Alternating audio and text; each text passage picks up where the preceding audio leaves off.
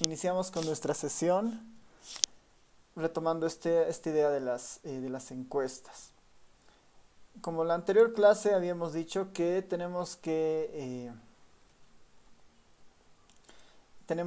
voy a utilizar algunos comandos de la anterior clase.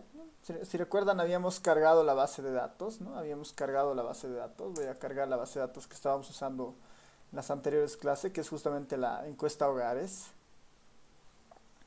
Hemos mencionado que justamente es muy importante tener claramente identificadas las variables asociadas al diseño muestral. Lo segundo era, bueno, hay dos librerías que nos ayudan a trabajar con el tema de muestreo, que es la librería Survey y la librería SRBYR.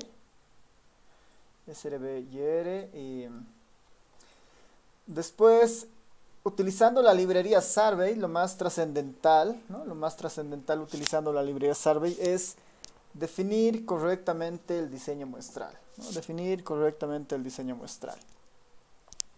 Esto lo hacemos con el comando svydesign, que justamente tiene el objetivo de identificar las variables más importantes dentro del diseño muestral, que está por un lado la UPM, la unidad primaria de muestreo. Se pueden identificar más etapas, pero no va a hacer mucha diferencia, ¿no? No va a hacer mucha diferencia. Después tenemos al estrato, al factor y básicamente la información, en este caso la encuesta hogares. Con el comando svydesign yo habilito o creo el nuevo objeto que contiene la información del diseño, ¿no? Habilito la información que tiene el diseño. Y este es el punto de partida básicamente para ya empezar a hacer los distintos procesos de inferencia. Voy a bajar acá para mostrarles algunas pautas, algunos asuntos que hemos ido viendo en la anterior clase. Hay varias formas de interactuar con la librería Survey y básicamente el prefijo svy nos da acceso a todos estos comandos, ¿no? Nos da acceso a todos los comandos que justamente están orientados a mirar un poco el comportamiento ya de las estimaciones y los errores de los estimadores utilizando el diseño muestral. Tal vez lo que quedaba pendiente de la anterior clase era mirar el error estándar asociado a los datos que generaba una tabla, por ejemplo, ¿no? Si recuerdan, en la anterior habíamos visto la distribución de la pobreza, ¿no? Con el comando svytable.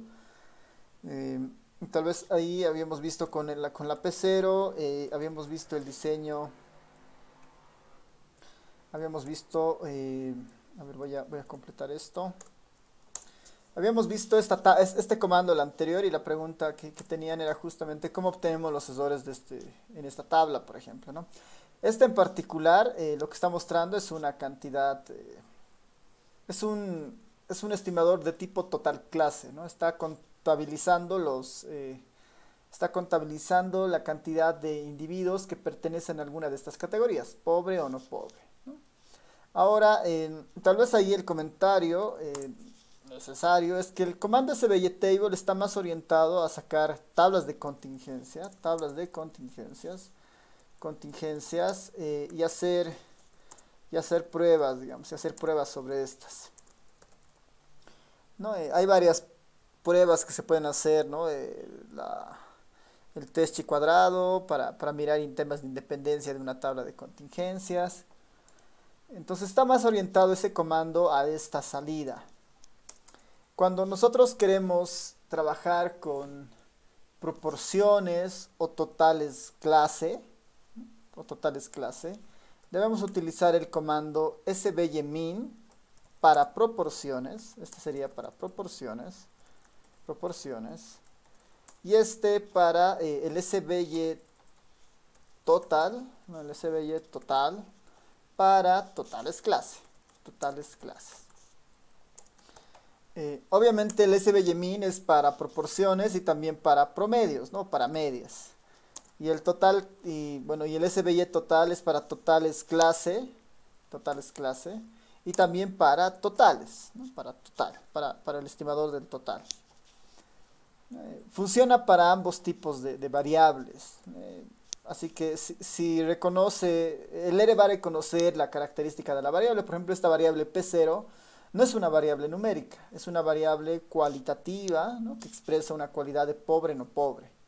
Entonces, el SVG-min va a detectar que es una característica, o sea, es una cualidad, es una variable cualitativa. Entonces, como es cualitativa, lo único que puede hacer es sacar proporciones o con procesos de conteo mediante el total clase, ¿no? Eso es lo único que tal vez nos ha faltado del anterior. En este caso, el procedimiento es exactamente el mismo. Pongo la variable P0 y pongo después, bueno, el diseño muestral. En este caso, el SDEH19P. Compilo y bueno, me están saliendo las categorías, pero hay esta característica del NA que me dice que no puede calcular esto porque hay valores perdidos. Seguramente hay personas a las cuales no se ha podido determinar si es pobre o no pobre, ¿no? Hay un valor perdido por ahí. La forma más rápida de evitar esto es introduciendo el argumento na.rm igual a t mayúscula, ¿no? de true, de cierto. Con eso se calcula nuevamente y tenemos la proporción y su error estándar, ¿no? Para pobre y no pobre, para pobre y no pobre. Exactamente de la misma forma podríamos hacer esto con el total clase, con el SVG total. Y el resultado ahora es un proceso de conteo, ¿no? Empieza a contar cuántas unidades en esta base de datos cumplen con alguna de las características y bueno, su respectivo error estándar, ¿no? Su respectivo error estándar.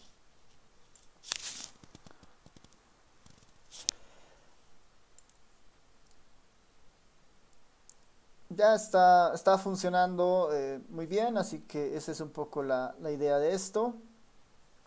Hemos dicho que yo puedo almacenar esta información, ¿no? Yo puedo almacenar esta información en nuevos objetos. Voy a almacenar estos objetos en nuevas, no sé, en una tabla que se llame T1 y este se llame T2, T1 y T2. Y ya con esa información puedo pedirle el coeficiente de variación de T1, ¿no? El coeficiente de variación de T2, que deberían ser algo similares, ¿no? No sé, bueno, no son tampoco tan iguales al parecer. Ya, está bien, no hay, es por el efecto del diseño en realidad. Y también puedo empezar a pedirles algún coeficiente de confiabilidad, ¿no? Un coeficiente de confiabilidad del T1 y un coeficiente de confiabilidad del T2, ¿no? Para tener ahí el intervalo de confianza para el T1 y el intervalo de confianza para el T2. Ya puedo ir manejándolo de esta forma. En teoría el coeficiente de variación debería ser el mismo si fuera un aleatorio simple, ¿no? Como es un muestreo complejo, normalmente la estimación de un muestreo complejo equivale a ser una estimación de tipo ratio, ¿no? Porque se estima tanto el numerador como el denominador, ¿no? Así que ahí existen algunas variaciones para que estas no necesariamente sean iguales, ¿no? Estos dos coeficientes no necesariamente sean iguales. Pero ya tenemos ahí varias medidas relacionadas al error del diseño muestral, ¿no? Lo siguiente sería simplemente un poco recordar la materia de muestreo y evaluar si esto está bien, está mal, qué significa tener un coeficiente de variación de 2. Hay otras medidas como el efecto de diseño que también se puede incorporar, que nos va a decir un poco qué tan bien ha sido llevada la encuesta en las diferentes regiones, ¿no? ¿Qué se puede mejorar hacia adelante? Estos son ya temas un poco más amplios. Tal vez acá lo que sí vale la pena mostrarles es cuán importante es que nosotros definamos el diseño de forma correcta, ¿no? Cuán importante es que nosotros definamos el diseño de forma correcta. Voy a poner otro diseño acá, voy a poner, vamos a suponer que esta encuesta, no sabe mucho de muestreo y vamos a decir, bueno, como no sé mucho de muestreo y solo tengo tal vez el factor de expansión, no sé qué es un estrato, qué es un UPM, voy a casi suponer que el diseño que tengo acá es pues uno bastante sencillo. Voy a decir, bueno, no hay conglomeración, solamente cada unidad está ahí presente, digamos. ¿No? Es el equivalente del aleatorio simple, habíamos dicho en algún punto. Vamos a decir que no hay estratificación, ¿no? No hay ninguna variable ahí de estrato. Solamente sabemos que hay factor de expansión, ¿no? Solamente sabemos que hay factor de expansión. Este le voy a poner el SD2, digamos, nuestro segundo diseño. Creemos un objeto con estas características. Este es como un muestreo, no necesariamente es un aleatorio simple, no necesariamente es un aleatorio simple. Es más o menos un muestreo del tipo proporcional al tamaño, ¿no? Más o menos eso se acerca, porque el factor de expansión está ahí un poco presente para hacer las estimaciones. Tiene un poco esa estructura, pero lo más importante tal vez de lo que acabamos de definir es que no hay UPM si no hay estratos, ¿no? No hay UPM si no hay estratos. Veremos qué es lo que sucede, ¿no? Veremos qué es lo que sucede. Haré algo muy parecido a lo que hemos visto aquí arriba. Voy a crearme en este caso una tabla T3 y una tabla, bueno, una T3 básicamente para compararla tal vez con la anterior. Y para que podamos ahí comparar el coeficiente de variación con el diseño correcto y sin considerar conglomeración y estratificación, ¿no? Que es este T3. Lo único que debemos modificar acá es, bueno, mismo indicador sobre pobreza simplemente cambiamos el diseño muestral definido, ¿no? Es el SD2 en este caso. Y vamos a ver, bueno, el T1 y vamos a ver el T3, ¿no? Para hacer las comparaciones respectivas. Calculo el T3, ¿no? Con esas características y veremos, ¿no? Veremos qué es lo que sucede. Primero, los dos resultados, el T1, que es el diseño original, y el T3, que es el diseño sin considerar conglomeración ni estratificación. Si se fijan, la estimación es exactamente la misma. La estimación del promedio, ¿no? En este caso de la proporción, es exactamente la misma. Tanto el T1 como el T3 dicen que ¿no? La cantidad de personas pobres, por decir, ¿no? La cantidad de pobres es de 0,3717. 0,3717. Eso no está variando. Que tiene sentido porque normalmente el estimador está condicionado únicamente al factor de expansión, ¿no? Está condicionado únicamente al factor de expansión. Sin embargo, si nosotros vemos los errores, ¿no? El error estándar para el modelo T1, que es el diseño completo, ¿no? Que considera todas las características, el error estándar es de 0.0086, ¿no? 0.0086. Tiene un error estándar, había que ver, ¿no? No parece tan fuerte, pero ese es el valor, ¿no? A diferencia de que si yo no defino estratificación y conglomeración, el error estándar es 0.0031, ¿no? Es casi 2 veces más pequeño que el error estándar definiendo el diseño. Si miramos los coeficientes de variación en ambos casos, ¿no? Este es el coeficiente de variación para el diseño original, ¿no? 1.3%, 2.3%. Y vemos el coeficiente de variación del T3, que es sin conocer el diseño, sin considerar estratificación y conglomeración. El coeficiente de variación es mucho más pequeño, ¿no? 0.004, ¿no? No llega ni al 1% en el caso no pobre, y en el caso de pobre igual, no llega ni al 1%. Tal vez alguien diría, bueno, mejor si no definimos conglomeración y estratificación y tenemos errores mucho mejores, ¿no? Tenemos errores más precisos, tenemos errores más funcionales, ¿no? En porcentajes estos son los errores. En el primer caso es 1.37, 2.3, en el segundo es 0.4 y 0.8, ¿no? Ese es el error. Así que esto está bien raro, digamos, ¿no? Esta es una consecuencia directa de no considerar la conglomeración para hacer el proceso de inferencia. Estamos Si hacemos eso, si hacemos esto, ¿no? Y como que ponemos, ¿no? Como que nos ponemos ciegos respecto al diseño original y lo definimos como este SD2, está mal, ¿no? Está mal haber hecho eso, porque se está subestimando el verdadero error, ¿no? Se está subestimando el verdadero error. Si esto yo lo divido entre estos dos, perdón, a ver, vamos a hacer la división más correcta de esta forma, ¿no? Si yo los divido para ver más o menos cuánta diferencia hay entre los dos. El diseño original tiene 2.8 veces más error que el coeficiente de variación del diseño, digamos, que no considera conglomeración y estratificación, ¿no? 2.8, en los dos casos es la misma diferencia, ¿no? Es el mismo salto, 2.8. Entonces estoy subestimando en esa magnitud también, ¿no? Estoy subestimando en esa magnitud también. Entonces, ahí hay que tener mucho cuidado, ¿no? Ahí hay que tener mucho cuidado cuando uno hace este tipo de estudios, porque esto puede ser muy peligroso y finalmente estamos diciendo que la estimación ha sido precisa, siendo que no puede ser tan precisa, digamos, ¿no? Estas fallas son bien comunes en estudios de varias partes de las ciencias sociales, ¿no? No es común que utilicen estas cosas a veces. En las mismas encuestas que a veces, estas encuestas electorales que a veces sacan las diferentes encuestadoras, como que tienen muchos subtítulos, ¿no? Lo único que te dicen es confiabilidad del 95% y margen de error del 5%, del 2%, ¿no? Lo único que te revelan es cómo ha sido calculado el tamaño de muestra. No te están revelando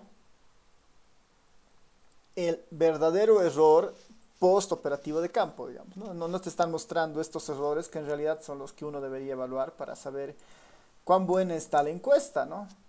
Si esta fuera la estimación del candidato A o del candidato B, entonces estoy diciendo, bueno, para el candidato A tengo un error de 1.37%, ¿no? Y para el B 2.31%.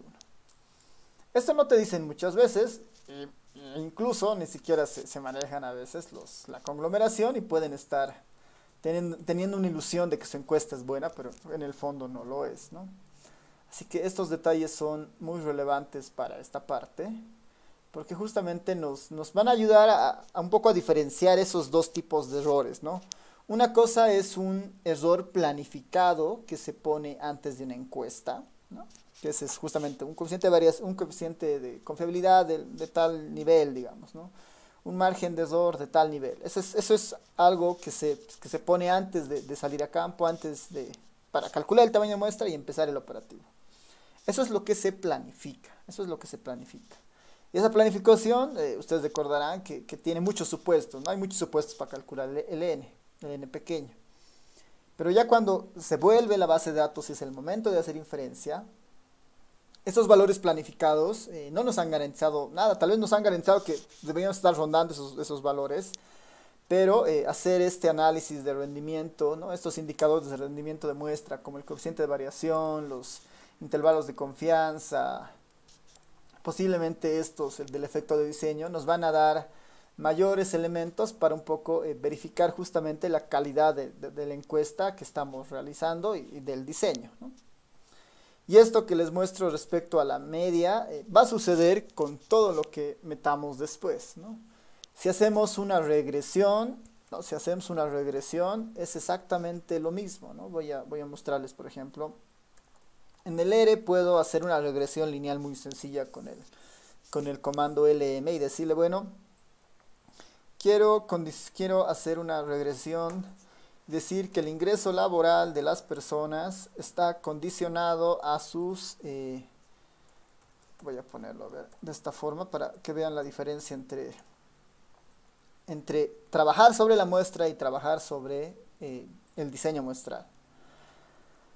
Hay dos variables interesantes en la encuesta, que es el ingreso laboral y los años de educación, ¿no? Entonces, este modelito nos dice, bueno, voy a encontrar la relación que existe entre el ingreso laboral de las personas y, bueno, los años de estudio de las personas, ¿no? Tiene que haber alguna relación seguramente porque, no sé, si no, no tendría pues, sentido estudiar mucho si no hay un retorno del mercado laboral, digamos, ¿no? A menos que sea justamente por, por las ganas de generar y tener más conocimiento, pero debería haber algún tipo de incentivo, ¿no? Entonces, este modelito está graficando como que un modelo donde yo tengo el ingreso de las personas está en función de un beta 0, ¿no? De un beta 0 más un beta 1 multiplicado por los años de estudio de las personas, ¿no? Eso estamos tratando de modelar, bueno, más el error idiosincrático que puede estar ahí metido. Este es este modelito, en el R se lo construye de esta manera. Esto vamos a entrar con mucho más fuerza cuando veamos el capítulo de regresión, solamente es para mostrarles un poco del ejemplo en esta parte. Voy a pedirle un resumen a este modelo. Ahí está el resumen. Lo veremos. Ese es el resumen de este modelito. Me dice, bueno, hay un ajuste del 15%, ¿no? Que está bien. Con una sola variable, que es años de educación, hemos podido explicar el 15% del fenómeno relacionado al ingreso laboral, al menos como una relación lineal, ¿no? Años de estudio puede estar explicando medianamente el comportamiento del ingreso de las personas, ¿no? Es un buen valor ahí. Y tenemos los respectivos betas, ¿no? El beta 0 y el beta 1. Beta 0, beta 1. 1071, 191. ¿No? Cada año de educación aumenta 191 bolivianos el ingreso de las personas, ¿no? Cada año de estudios aumenta 191 bolivianos en promedio el ingreso de las personas. Este de acá es considerando... Esto es básicamente un modelo que trata de entender la relación de los años de educación con el ingreso laboral. Sobre la muestra. No es inferencia, no es inferencia. Tal vez quiero modelar y determinar las relaciones, pero son relaciones a partir de la muestra, digamos, ¿no? Entonces, esto es lo más cercano a un OLS, ¿no? Un mínimos cuadrados ordinarios, ¿no? Lo que uno ve seguramente en modelos lineales. Una segunda variación sobre este modelito, ¿no? para un poco mirar algunos cambios que pueden haber, es que como es una encuesta, uno podría decir que el peso de los individuos no es el mismo, ¿no? El peso de los individuos no es el mismo porque recordarán que cuando se hace este tipo de encuestas complejas, algunas unidades tienen mayor probabilidad de seleccionarse que otras, ¿no? Y eso es lo que pasa con la encuesta hogares en particular. Y de alguna manera ese comportamiento de quién tiene más probabilidad de ser seleccionada o menos, se encuentra en la variable del factor de expansión. Entonces acá en weight puedo decirle, bueno, por si acaso, no todas las unidades son lo mismo. La variable factor, ¿no? Hace una idea de importancia, si quieren, ¿no? Mientras el factor de expansión sea más grande, esa unidad es un poquito más pesada, ¿no? Entonces puedo incorporar esa variación y poner el factor de expansión, ¿no? Y ese es el resultado. Si uno mira y compara ambos modelos, ¿no? Con el factor de expansión el ajuste se ha movido levemente, seguimos rondando el 15% de ajuste. Y si vemos el valor de los betas, ¿no? El beta 0 y el beta 1, sí ha habido un cambio, ¿no? Sí ha habido un cambio, tal vez no tan dramático, pero sí hay un cambio, ¿no? 1071 a 1049, 191 a 195, ¿no? Ha habido un cambio. Los sesores están ahí también rondando, no se han modificado mucho, 4095, 4055. Esto del factor de expansión, haber incorporado eso acá, es lo que también se conoce como un OLS ponderado. No es un mínimos cuadrados ponderados, no es un mínimo cuadrados ponderados, más bien lo pondré nomás acá, como está, ¿no? Este es un equivalente a los mínimos cuadrados ponderados. Entonces, ahí uno puede decir, bueno, con esto ya he tenido más cuidado, mi modelo está un poco más calibrado, pero tampoco es cierto, ¿no? Tampoco es cierto porque no están entrando todas las variables asociadas al modelo para un poco entender esta relación e inferir hacia la población. No están entrando todas las variables.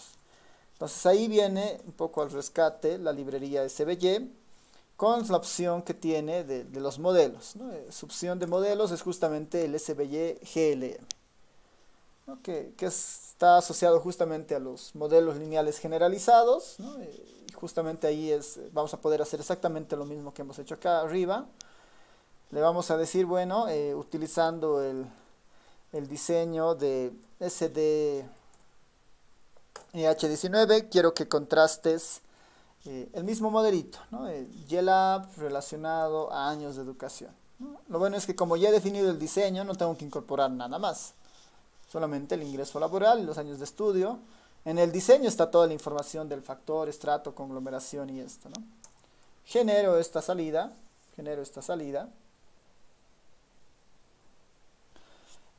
Ahí está. Veremos si me permite hacer un summary en este caso.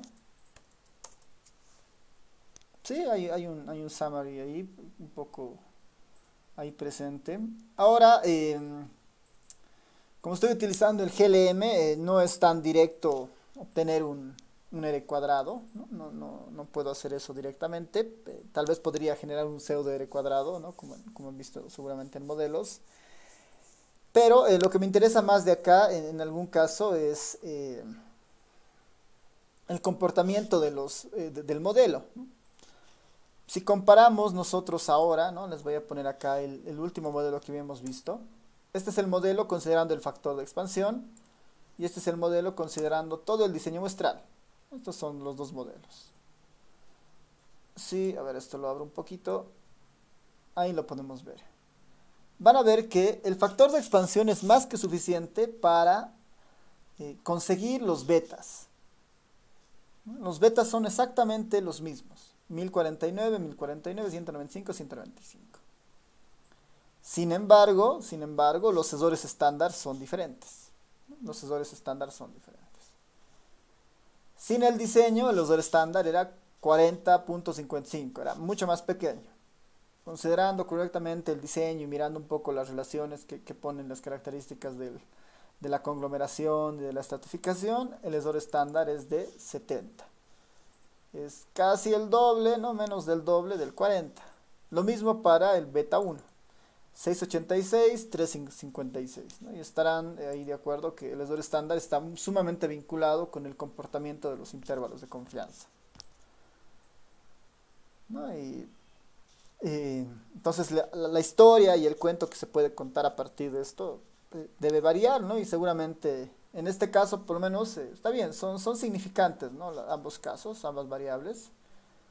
Solo que en un caso, digamos, tenemos intervalos de confianza más grandes que en el otro, ¿no? Bueno, y este es el correcto, obviamente, ¿no? Este es el correcto, obviamente. En este caso, si tomáramos esto y presentáramos esto como un resultado final, estamos subestimando el error. Así que eso es importante en esta parte mencionar. Ya. Entonces, a ver, esas son las consideraciones para considerar la importancia del diseño muestral. No sé si hasta esta parte tienen alguna duda o pregunta antes de entrar un poco a mostrarles cómo funciona la otra librería, que es muy similar en cuanto al concepto, solo que cambia algunas palabras, un poco la lógica en algunos casos, pero después es casi seguir la misma idea. No sé si tienen comentarios, preguntas. ¿Cómo podemos sacar el pseudo R cuadrado en el R? Esa es buena pregunta. A ver, no tengo ahora el comando, pero veremos. Lo veremos ya nomás. Hay una librería a ver si la encuentro ahora, que te genera todas las medidas de ajuste para estos modelos lineales. Así que veremos si la encuentro acá. A ver, denme un momentito.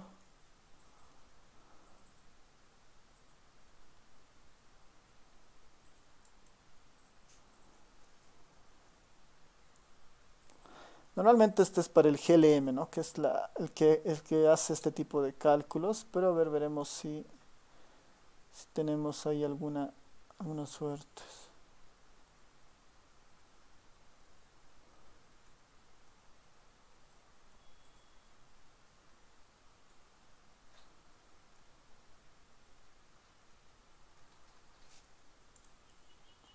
¿Quién más? A ver, una otra pregunta mientras voy buscando aquí algunas opciones.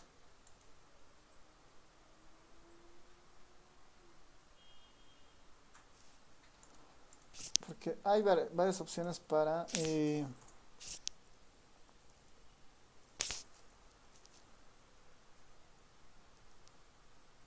aquí está.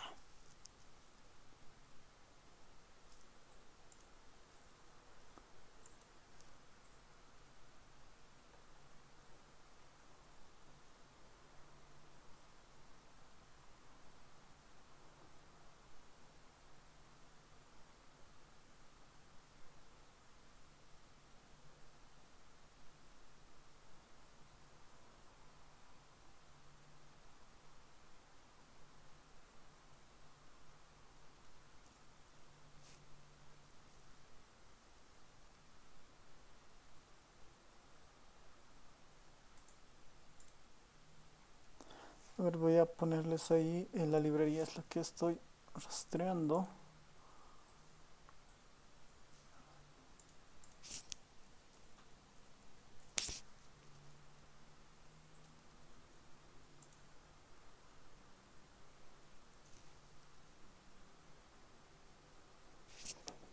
Creo que el comando está por defecto cargado. A ver, veremos. Sí, es cierto. PSRSQ. Sí, está bien. Está cargado ahí. Allá, qué bien. Ya, entonces, sí, había estado junto con la librería Survey. Y lo que vamos a hacer es guardarnos el modelito que hemos generado en algún lugar. Un poco ya respondiendo al James acá. Voy a hacerlo de esta manera que va a ser mejor. Esto lo voy a poner en un M1, ¿no? Pensando que es nuestro modelo 1. Utilizando el SVY. Le pongo M1. Summary M1. Ahí está el summary que habíamos visto. Y acá ponemos el modelito también, ¿no? PSRSQ, ¿no? Que es pseudo R cuadrado. Y bueno, solo está implementado para datos discretos. Ya, ahí tenemos un gran problema. Si normalmente está más orientado a los logits y a los probits. A ver, veremos si es que hay alguna opción. Ya, a ver, voy a buscar para la siguiente clase esto. Porque para el GLM hay, ¿no? Pero lo malo es que para el survey, o sea, el GLM con el survey, es mucho más extraño esa parte.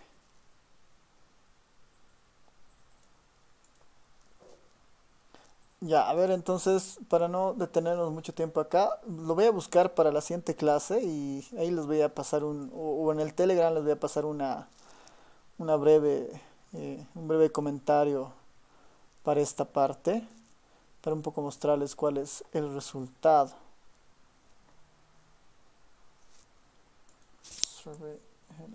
Ya.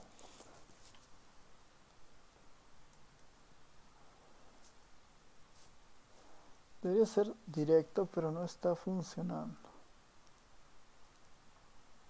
Sí, porque es más para binomiales al parecer esto.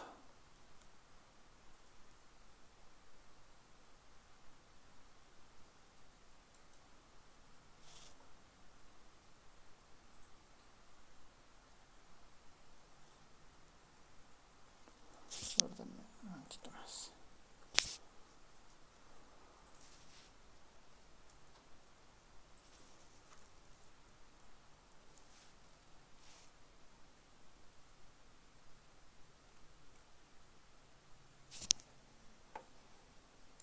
Y ahora aquí.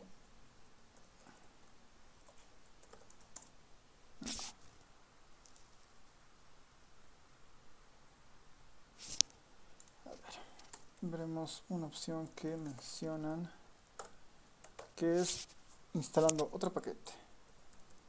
Si eso no funciona, entonces lo pasamos a la siguiente clase.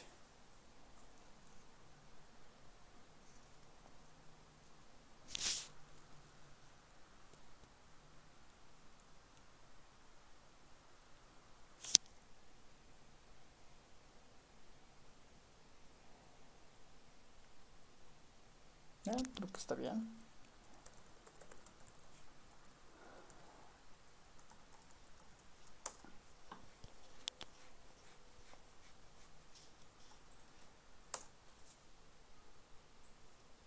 Ahí está, ¿no? Un poco más ¿no? Es un poco más sensible, pero ya, ¿no? Está funcionando su aproximación. No es tan fina, sin sus problemas, ¿no? Este ajustado debe estar volviéndose loco con el tema de los grados de libertad, ¿no? que genera una encuesta, pero bueno, tal vez podemos confiar en este QR cuadrado inicial, que es justamente el que se construye a partir del análisis de varianza, ¿no? Que podría ser la otra aproximación, ¿no? Como tenemos el modelo 1, uno podría sacarle fácilmente el ANOVA,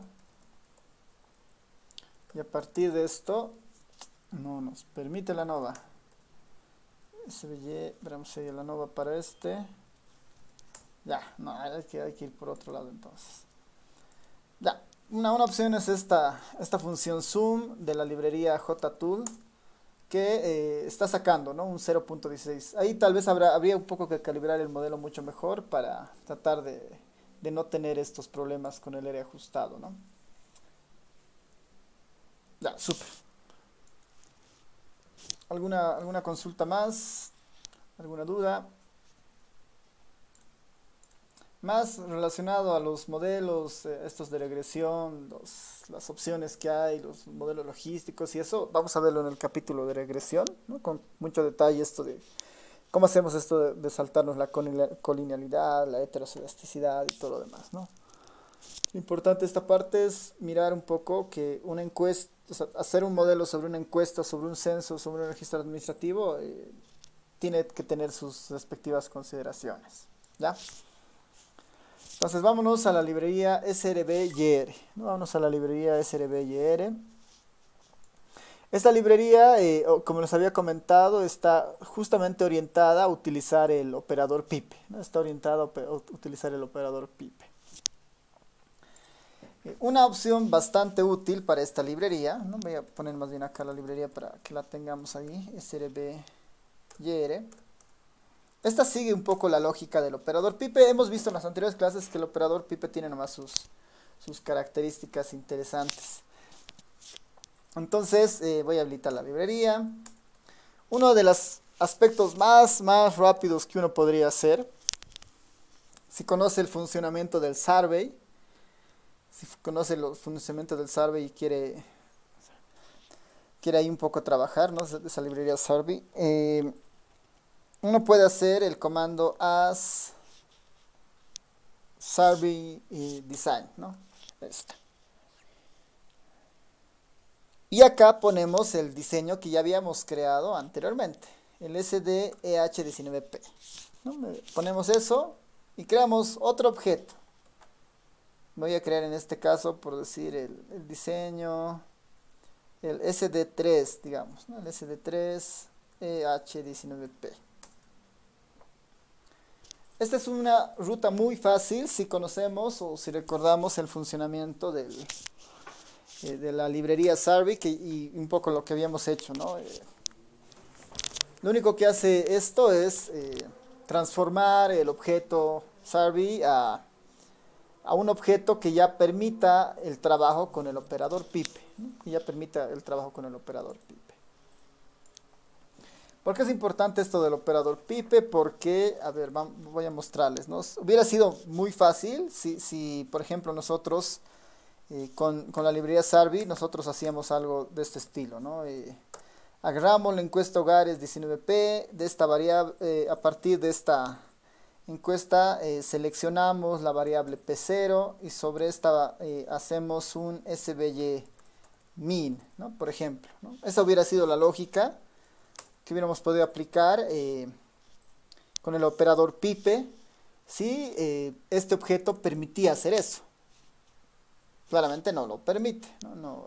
Sale un mensaje de error y me dice, bueno, no puedes hacer esto, no puedes hacer esto. Así que ahí hay que tener un poco más de cuidado y habría que ver uno que puede hacer, digamos, ¿no?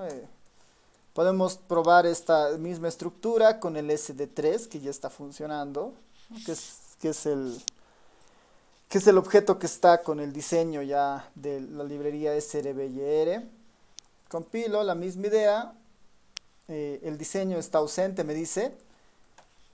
Acá el único cuidado que tenemos que tener, ¿no? Acá el único cuidado que tenemos que tener es ya no mezclar, digamos, ¿no? Por ejemplo, el SVYemin es un diseño exclusivo, es un diseño o es un comando exclusivo de la librería Sarbey, ¿no? El equivalente al SVYemin de la otra librería para utilizarlo con el operador pipe es Sarbey. Y aquí están, ¿no? Count, min, median, quantile, ratio, SD, tally, total, var, ¿no? Todas las alternativas que están dentro del Sarbey. Esto para la librería SRB y R. Entonces acá podría poner min,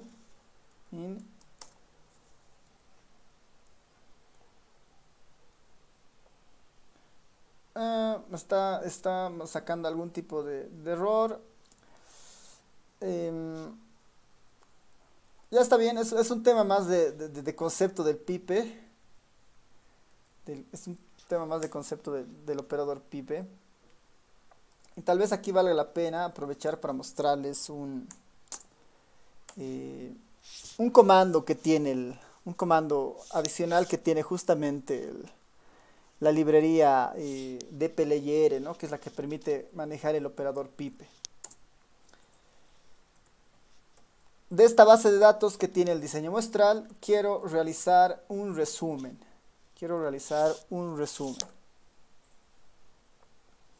Este es bastante completo, este comando, que está igual disponible para el dplyr, para muchas cosas. Y este está orientado simplemente a sacar resúmenes sobre una base de datos. En este caso yo le puedo decir, bueno, quiero que me obtengas la media de la variable P0. La media de la variable P0. Compilo. Bueno, me está diciendo, hay un problema porque no trabajo con variables de tipo factor, ¿no? Me está diciendo que no trabajo con variables de tipo factor. Y eso es porque la variable P0 era de tipo factor. Entonces, ahí, digamos, tendríamos un leve inconveniente. Probaremos con alguna cuantitativa antes de ver cómo solucionar esto del P0. Probemos con alguna cuantitativa. Una de las cuantitativas en la base de datos. Es justamente la variable edad. Si nosotros recordamos de la base de datos de la EH19P y vemos la variable 3 en este caso, esta es la variable edad, es una variable numérica. Entonces podemos trabajar tal vez con esta para ver un poco el funcionamiento y ahorita vemos cómo solucionamos esto de la pobreza. Y está, por ejemplo, ¿no? El summaries está trabajando bien. Me está mostrando para esta variable, que es la variable edad, la estimación y su error estándar.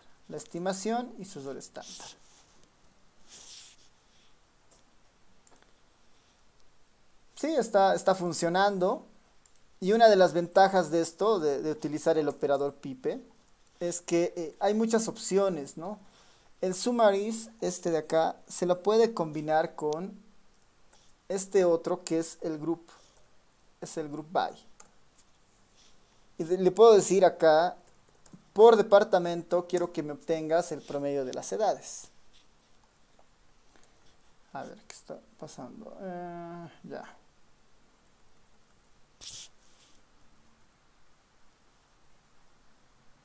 Voy a poner aquí un nombre cualquiera. Edad, digamos, media de edades. Es un tema de nombres que me está pidiendo en realidad. Lo bueno es que acá yo ya puedo de alguna manera renombrar la salida de mi tablita. Estoy diciendo que la media de las edades, que quiero que calcule la media de las edades utilizando las características de la encuesta.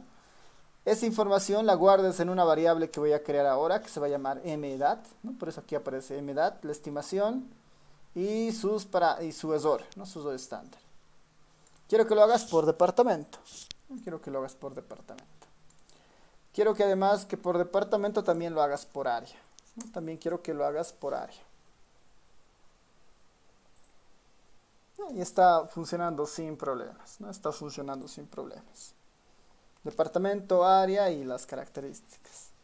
Quiero además que lo hagas por departamento, área y también por sexo.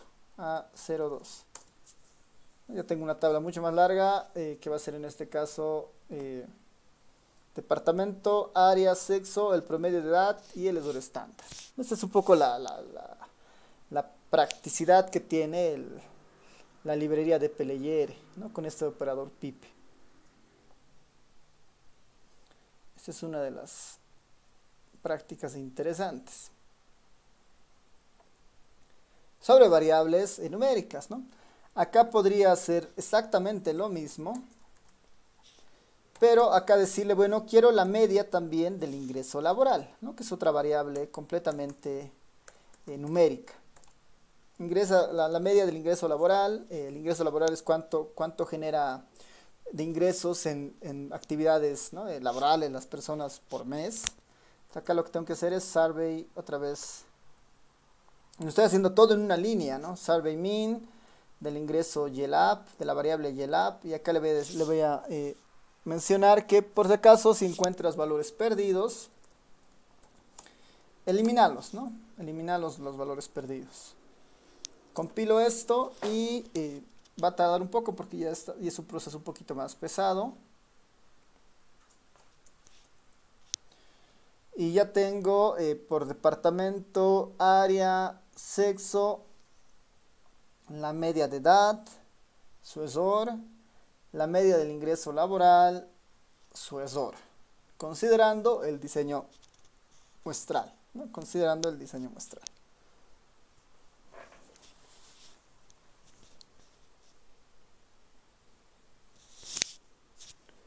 Entonces ya ahí tenemos una opción bastante interesante para esto, ¿no? Para mirar estos resultados. Tal vez acá para solucionar esto del P0, ¿no? Que es la pobreza, que es una variable cualitativa. Una alternativa bastante rápida sería ponerle en el group by P0. Y acá en realidad utilizar el comando count, si no me equivoco, debería ser suficiente. Y si no es este, está la opción del tally, que tampoco me está dejando. Bueno, si no va a ser más directo. Summarize, y acá le pongo count. Tampoco me está dejando. A ver, déjenme pensar cómo podríamos solucionar esto. P0.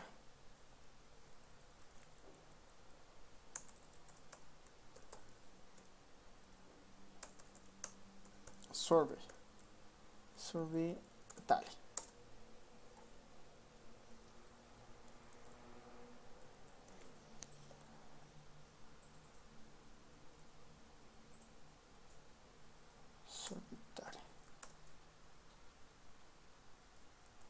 Veremos si así funciona. Ya. Está medio exigente para esto. A ver ahí. Ya. Mejor. Y aquí ponemos na.rm igual true, ¿no?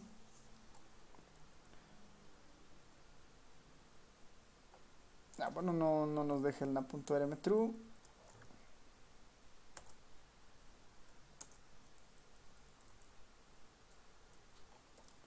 Veremos ahí. Tampoco nos está dejando. Vamos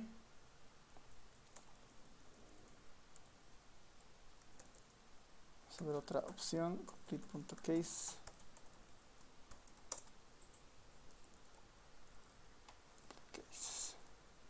Y es por los valores perdidos que tiene el P0 que está entrando en conflictos, ¿no? Del conteo. El tally sirve para contar, ¿no? El survey tally sirve para contar, pero está teniendo, porque debe haber valores perdidos, ¿no? Es como si yo pongo acá depto, este no va a tener problemas porque la información del departamento está en todo lado, ¿no? Entonces cuenta la cantidad de departamentos, o sea, la estimación de personas por departamento y su respectivo error estándar, por ejemplo. ¿no? Aquí no tiene muchos problemas. Esta es una opción bastante útil para cuando trabajamos con variables cualitativas. El count hace exactamente lo mismo, ¿no? El Sarby count es exactamente lo mismo. El P0 sigue siendo un problema, ¿no? El P0 sigue siendo un problema. Ahí habría que explorar algunas otras alternativas, pero en el ¿no? En el marco del dplyr podríamos utilizar el mutate, por ejemplo, ¿no? El mutate y decirle voy a generar una variable que se llame pobreza, ¿no? Voy a generar una variable pobreza que para la variable P0 las compare con las personas que digan que son pobres, ¿no? Las compare con las personas que son pobres. El resto no me interesa, por ejemplo, ¿no? Esta es una opción, va a crear todas esas variables. Una vez que tienes la variable pobreza, te voy a decir, recién haz un summaries utilizando justamente el survey mean de la variable pobreza. Y bueno, obviamente tienes valores perdidos. Aquí le voy a decir, bueno, si tienes valores perdidos, omitilos, ¿no? Que deben haber valores perdidos. Y ya tengo una aproximación, ¿no? A lo que hacía tal vez el Sarby de una mejor forma, pero ya combinando un poco más de algunos comandos del dplyr. Me estoy creando aquí una variable dummy, ¿no? Del proceso de transformación para identificar a los pobres. Esa variable se va a llamar pobreza. Y le hago justamente después que la creo, le pido un resumen donde me muestre el promedio de pobreza en estos casos, ¿no? Y acá le puedo dar incluso un nuevo nombre acá, digamos. Esta va a ser la P0. Ahí está, P0, 0.37, su usuario estándar 0.00861, ¿no? Como en el caso de la librería Sarby. Está funcionando. Sobre esto yo puedo ya hacer muchas más cosas, ¿no? Es una variable dummy, siempre es bastante fácil de manipular. Yo acá le puedo decir, bueno, quiero que ahora me muestre la pobreza por departamento y área. Entonces está haciendo todo el proceso interno, ¿no? Agarra la base, calcula la nueva variable llamada pobreza, la agrega por departamento y área y saca las distintas estadísticas, ¿no? Ya tengo un gráfico bastante interesante para la pobreza, ¿no? Una tabla, ¿no? Ya tengo una tabla con pobreza moderada y su error, justamente considerando todas estas características, ¿no? Este resultado ya es completamente inferenciable. Uno puede agarrar y decir justamente, ¿no? No sé, en Potosí la parte rural tiene 51% de pobreza, la parte de Beni 55, ¿no? Ya buscar algunos casos, ¿no? Chuquisaca rural 0.65. Ya esta tabla se la puede dar, se le puede volver ya más con fines de análisis, digamos, ¿no? Y si queremos podemos incorporar muchas más cosas, ¿no? Podemos incorporar muchas más cosas acá. Un ejemplo de eso podría ser, bueno, ¿cuál es la cantidad, digamos, ¿no? ¿Cuál es la cantidad de personas acá?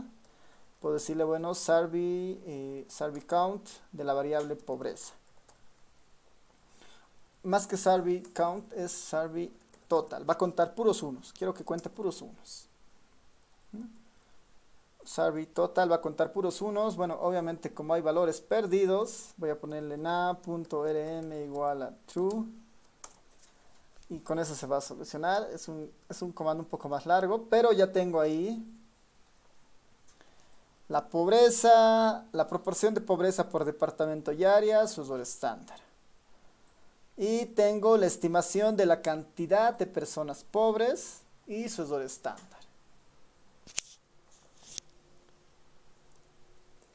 Para lograr esta misma tabla utilizando la librería Sarby, hay que hacer al menos 3 líneas, ¿no? Una para el P0, otra línea para el N y otra para juntar las dos, por ejemplo, ¿no?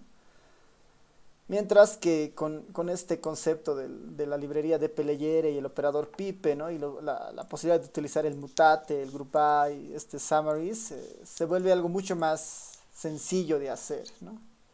Mucho más sencillo de hacer.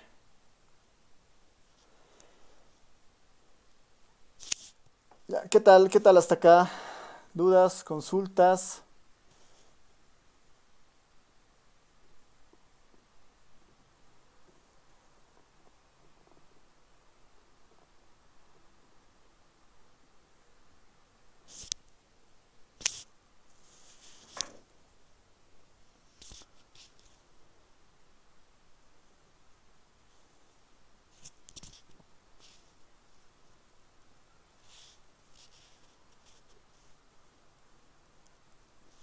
Sí, toda esta parte tal vez es medio nueva. No sé si la han visto alguna vez en otra materia esto del diseño muestral, pero es importante en esta parte de planificación, ¿no? Es bien importante en esta parte de planificación antes de entrar al modelado. ¿Sí? ¿Alguien, algún comentario? Tal vez alguien puede comentar si lo han visto tal vez en alguna otra materia. Tal vez le estamos dando mucha importancia y nos pasamos a otro tema.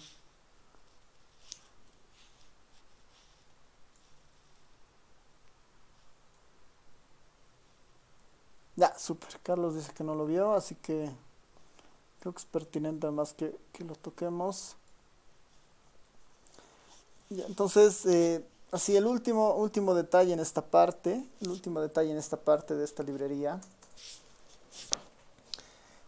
Los indicadores de rendimiento, ¿no? Los indicadores de rendimiento. Veremos cómo funciona. Bueno, tal vez incluso antes de los indicadores de rendimiento. Hemos visto que acá es muy fácil utilizando el comando asSurveyDesign, ¿no? Así se define y es muy fácil, ¿no? Es muy fácil hacerlo, pero involucra que conozcamos la librería Survey, ¿no? Así que si no conocemos esa librería, la forma de definir el diseño muestral, en este caso, ¿no? La forma de definir el diseño muestral es muy similar a la del Survey y tiene esta lógica, ¿no? Sobre la encuesta Hogares 2019, queremos definir un diseño. Queremos definir un diseño muestral. Este diseño muestral incorpora como UPMs, ¿no? O como unidades de selección, ¿no? La UPM, que es la primera variable de estudio,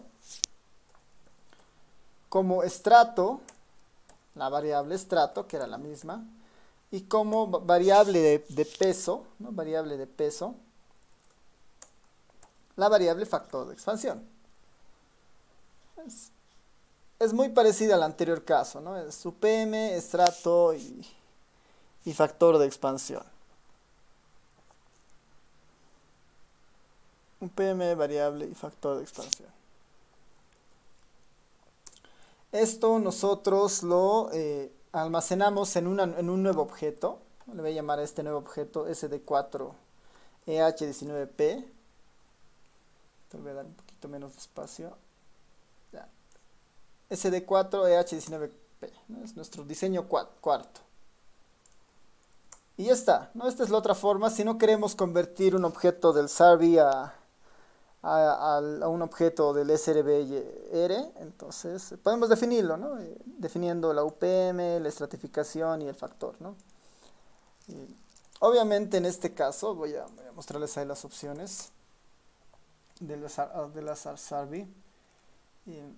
Son casi las mismas características que uno utilizaba con el Survey, ¿no? Los pesos, el factor por finitud si es que existiera, el IDS.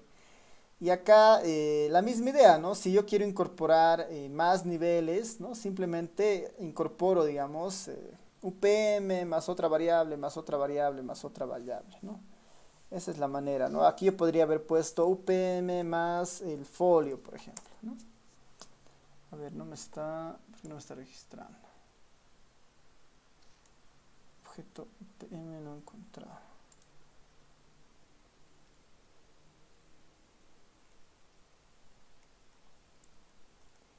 A ver, denme un momentito para verificar esto, si es tan parecido.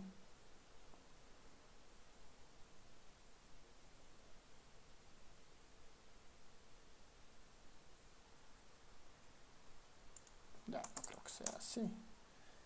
Ya, a ver, denme un ratito para verificar algo.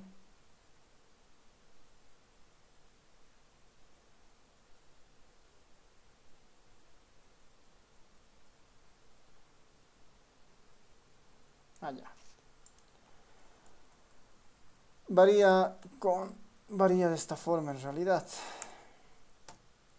Si quisiera definir dos etapas, por ejemplo, deberíamos construirlo de esta forma. Ya, tenemos que definir el vector que tenga las etapas, ¿no? Primera etapa en la primera posición, segunda etapa en la siguiente posición. Esa es la única variación tal vez con el Sarby, ¿no? No ponemos el más, sino las encerramos entre paréntesis, ¿no? Ahora,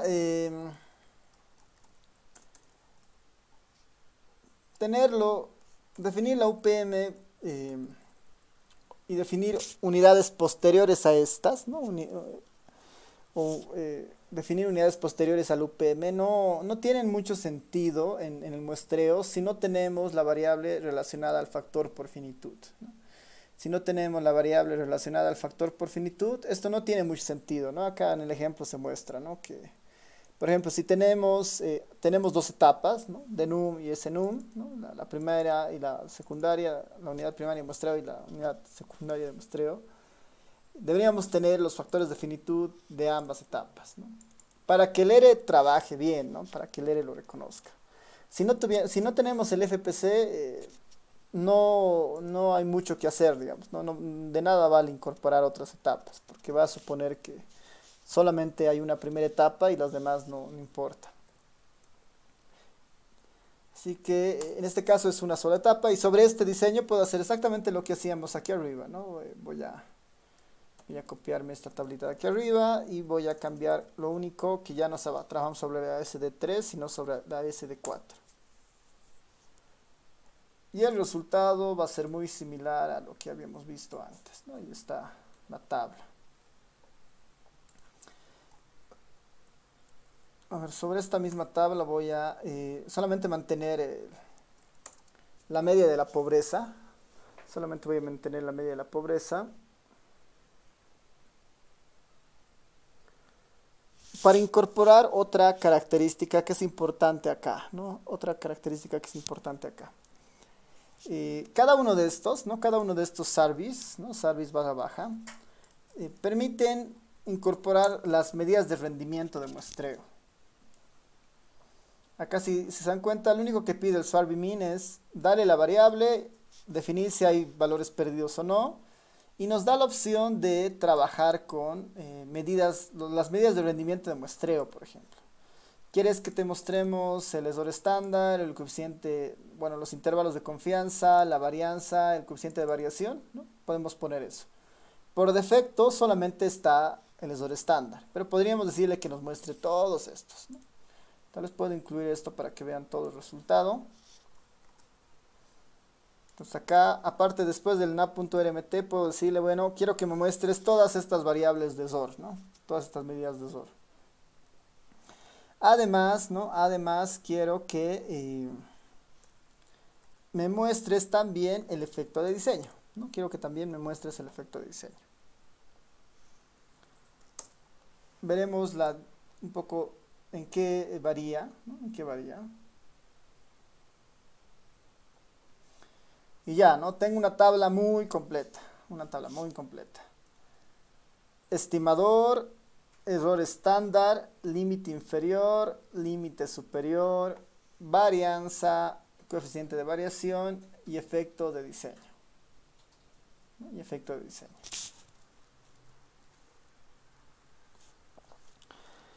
Ya esta tabla es mucho más completa para poder decir algo respecto a alguna de las variables y evaluar de manera un poco más integral todos los resultados. Ya acá uno podría decir, bueno, ¿cuánta confianza o cuánto valor yo le podré dar a este P0, ¿no? A esta estimación? Para eso miro el coeficiente de variación y digo, bueno, todos los coeficientes de variación tal vez menores a 10, a 0,10 están bien nomás, ¿no? O sea, son aceptables. Si son mayores a 10 y entre 15 tengo que empezar a mirarlos con cuidado. Y si tal vez son mayores a 15, debería definitivamente no confiar en ese valor.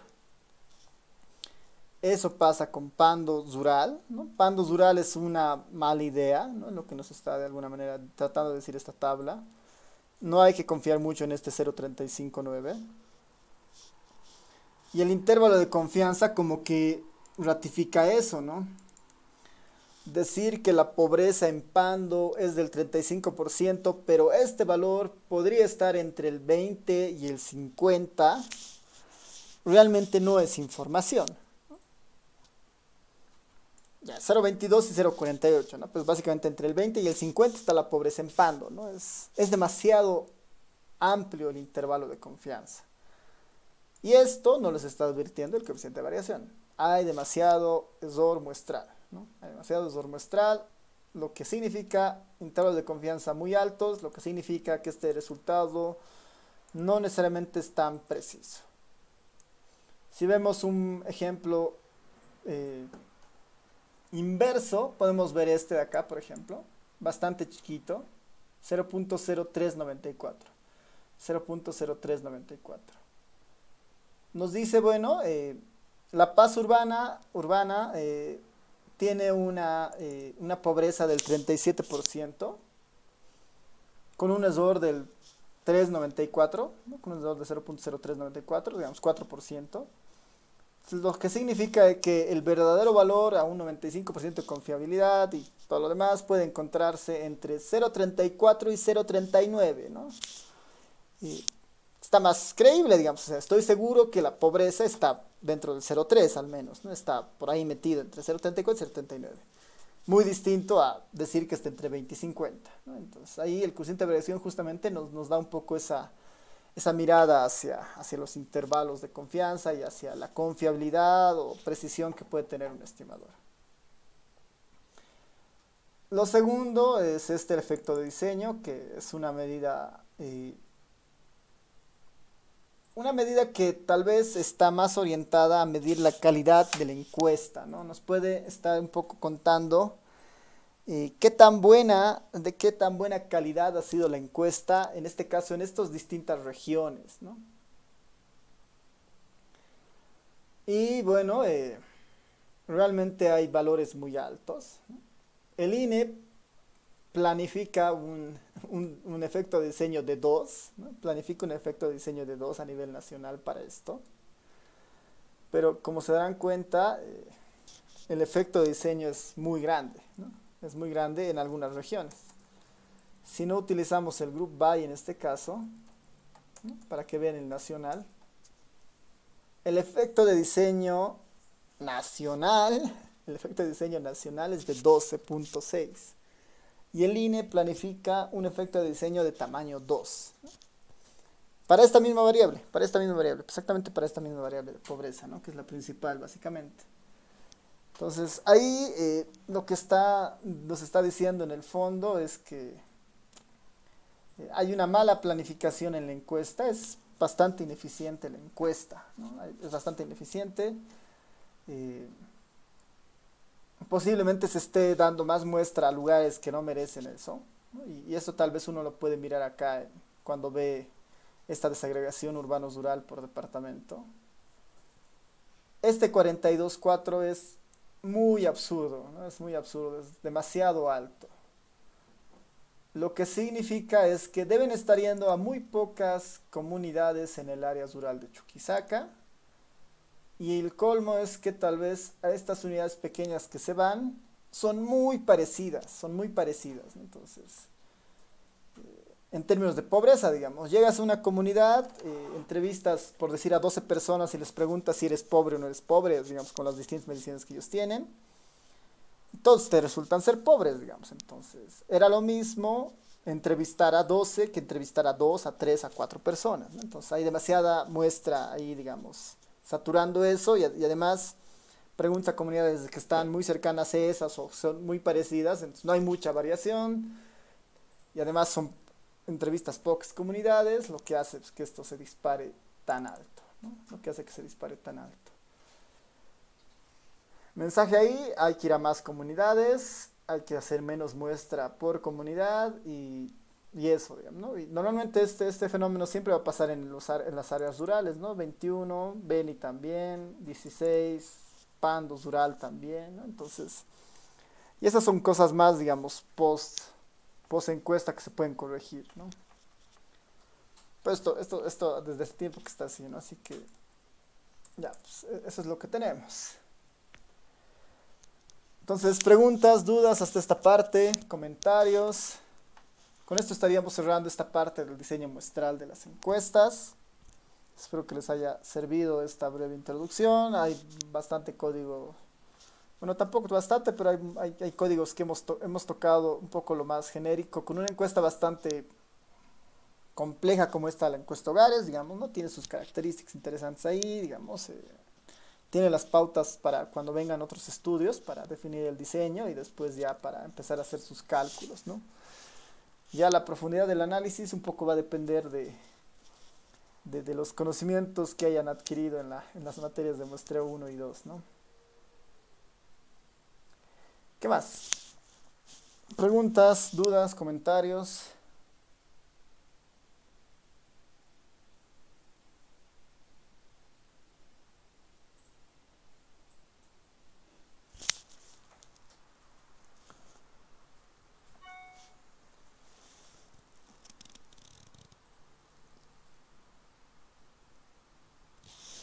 ¿Sí?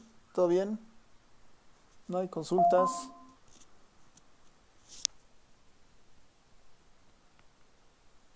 Ya, entonces, si no hay consultas, nada, nadie, están escribiendo el código.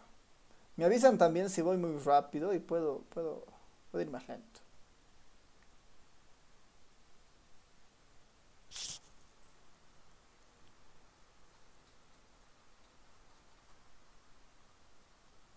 ¿Sí? ¿Todo bien? ¿Alguien que diga algo, que escriba algo? ¿Sí? Ya, avanzaremos.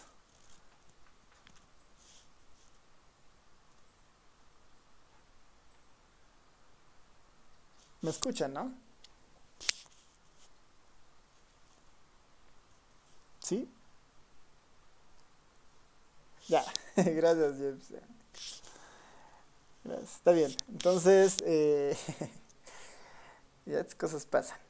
A ver, está todo claro. Podemos, bueno, más o menos claro, pero sí les he dado la pauta para que cuando tengan estas cosas puedan o sepan dónde ir a mirar. Entonces, para mí está bien eso, ya es un avance.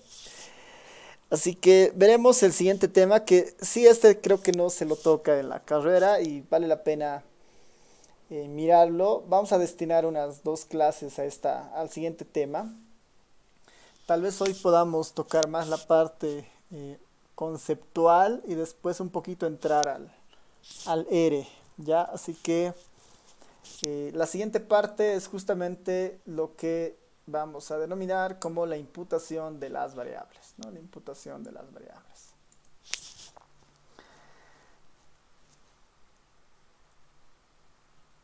Ahora, cuando hablamos de esto de imputación de variables, eh, tenemos que asociarlo a una característica de las bases de datos, ¿no? Tenemos que asociarlo a una característica de las bases de datos, ¿no? Es justamente nuestro último punto dentro de este tema de minería de datos, que es parte de la preparación de los datos antes de entrar al modelado, ¿no? Antes de ver y explorar la información, ¿no? Cuando veamos la exploración vamos a ver otra vez el comando summary para 1, 2 variables, gráficos, ¿no? Hay un montón de cosas interesantes, pero es necesario ver esto de la imputación de las variables. La necesidad de imputación de variables va a aparecer cuando tengamos valores perdidos, ¿no? Es cuando tengamos ausencia de información, ¿no? Cuando tengamos ausencia de información o valores perdidos, la imputación de variables es una opción estadística válida, siempre, ¿no? Siempre. Eh, Podemos ahí mencionar tal vez, ¿no? Comentar para seguir un poco estos apuntes.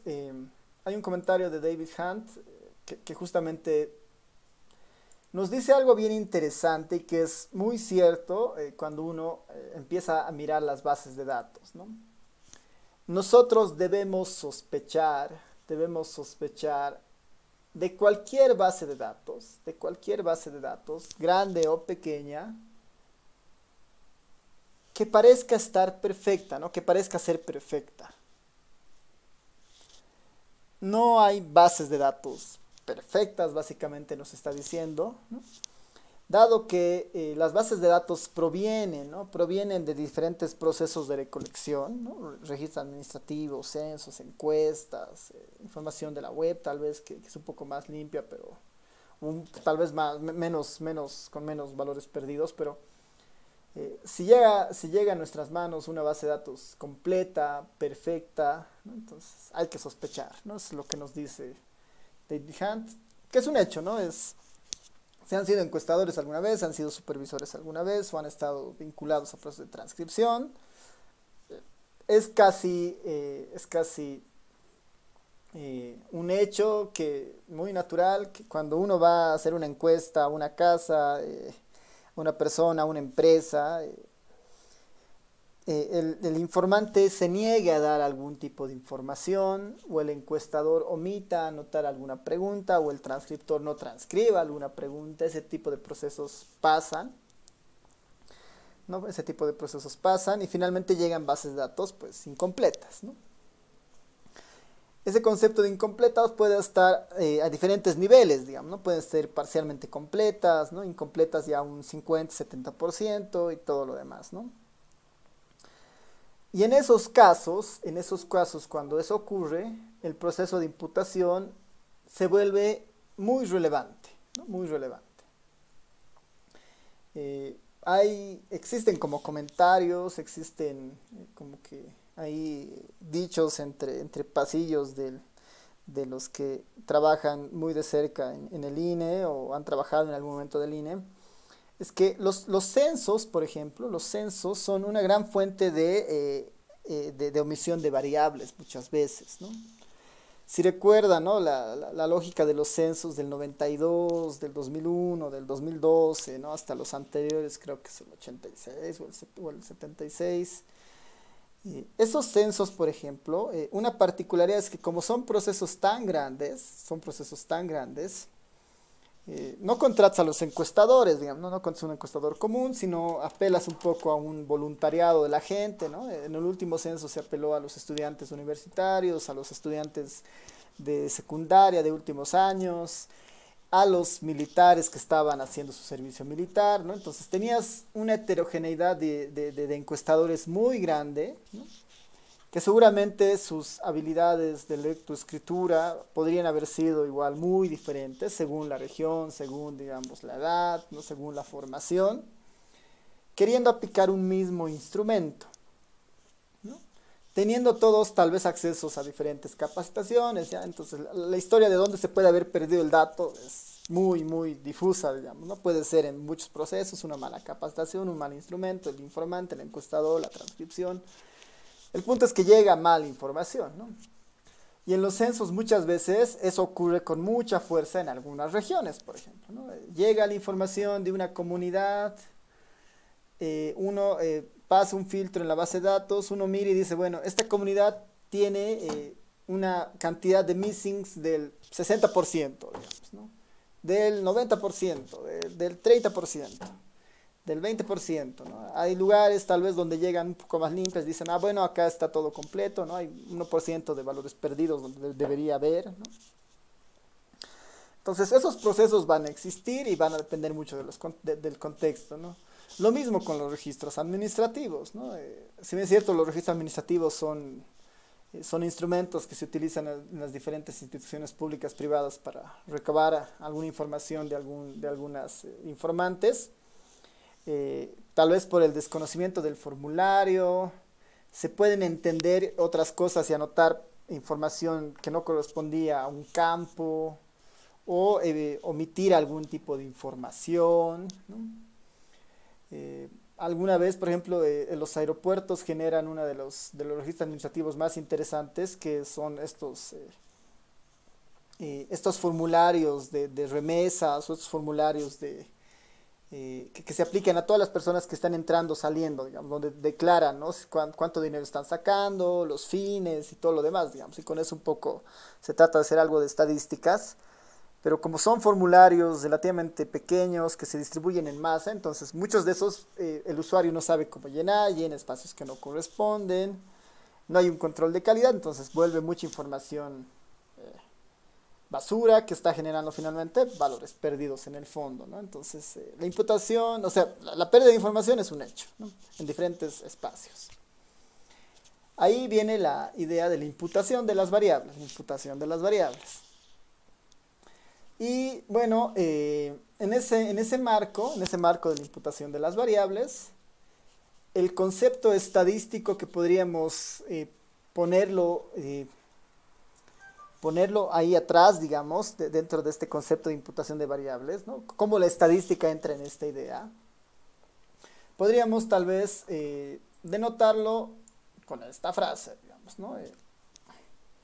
La falta de información es información, ¿no? La falta de información es información también. Esto nos hace pensar que como la estadística es una ciencia que estudia patrones, estudia errores, y la falta de respuesta puede ser también un patrón, entonces se puede asignar algún tipo de metodología para contrarrestar esto, ¿no? Entonces, en esa hermenéutica se han definido como que tres escenarios, si quieren, ¿no? Tres escenarios asociados justamente a la falta de respuesta, ¿no? A la falta de respuesta. Estos tres escenarios o estos tres, si quieren, modelos de imputación que se van a volver más adelante, son este modelo MCAR, este MAR y este MNAR, ¿no? El MCAR, MAR y MNAR, ¿no? Cada uno de ellos con sus propias particularidades, ¿no? El MCAR nos da una idea de que el comportamiento, o sea, los tres modelitos, las tres aproximaciones, estas tres, si quieren, está bien, le llamaremos por el momento modelos. Estos tres modelos tratan de decirnos algo respecto al comportamiento de los valores perdidos, ¿no? Tratan de decirnos algo respecto al comportamiento de los valores perdidos. El MCAR nos dice que los valores perdidos tienen un comportamiento completamente aleatorio, ¿no? Tienen un comportamiento completamente aleatorio. Es decir que son independientes, ¿no? Digamos, hay una variable con valores perdidos y no existe, digamos, la presencia de los puntos o de los vacíos o los valores perdidos no tiene un patrón fijo, digamos, no se concentra con una población específica, no se concentra, digamos, por alguna brigada o algún encuestador o en alguna institución, ¿no? Es completamente aleatoria, ¿no? Este es uno de los escenarios buenos, ¿no? Este es uno de los escenarios buenos. Pero ahorita lo vamos a explicar acá. Este es el mejor escenario, ¿no? Este es el mejor escenario. Que los valores perdidos se comporten casi de manera aleatoria. ¿Por qué es el mejor escenario? Porque nos dice que finalmente si nosotros consideramos a los valores perdidos como una variable dentro de nuestra base de datos, digamos, ¿no? Y podemos imaginarnos que ahí que tenemos una función indicatriz para cada variable, donde esta función indicatriz explica los valores perdidos para cada variable, ¿no? Si existe este comportamiento donde todos son aleatorios, es el mejor escenario porque lo que nos dice es que no hay dependencia de esta función indicatriz con ninguna otra, ¿no? No hay dependencia, es completamente independiente a cualquier otro fenómeno, digamos. Es como ruido blanco, digamos, es inofensivo. Si eso sucede, ¿no? Si es completamente aleatorio, una salida muy sencilla para el proceso de imputación sería, en este caso, una salida muy sencilla para el proceso de imputación sería, por ejemplo, voy a reemplazar los valores por el promedio, ¿no? Voy a sacar el promedio de los valores observados y eso van a ser y así voy a imputar, por ejemplo, ¿no? Esa es una imputación bastante sencilla, que funciona bastante bien cuando estamos seguros de que el comportamiento es completamente aleatorio, ¿no? El comportamiento de los valores perdidos. Ahora, ese es un escenario ideal que muchas veces no pasa, ¿no? Muchas veces no pasa, ¿no? Hay algunas condicionantes ahí, ¿no? Así que ahí nace justamente este segundo modelo, si quieren, que sería este missing at random, que podríamos tratar de entenderlo como el comportamiento es aleatorio, ¿no? El comportamiento de los valores perdidos es aleatorio parcialmente, digamos, ¿no? Lo podemos tal vez mirar desde ese objetivo, desde ese lado, digamos, ¿no? Parcialmente es aleatorio, ¿no? Si es que nosotros de alguna manera agregamos la información, ¿no? Digamos, a nivel Bolivia, digamos, vemos por departamento y miramos que dentro de los departamentos el comportamiento sí es aleatorio, entonces estamos en este modelo MAR, digamos, ¿no? Si es que el componente aleatorio todavía está vigente, pero al interior de dominios de estudio dentro de nuestra base de datos, ¿no? En el primero es completamente aleatorio a nivel global, ¿no? El segundo es que existe todavía esta idea de aleatoriedad, pero está condicionada a algunas otras variables, digamos, está condicionada a algunas otras variables.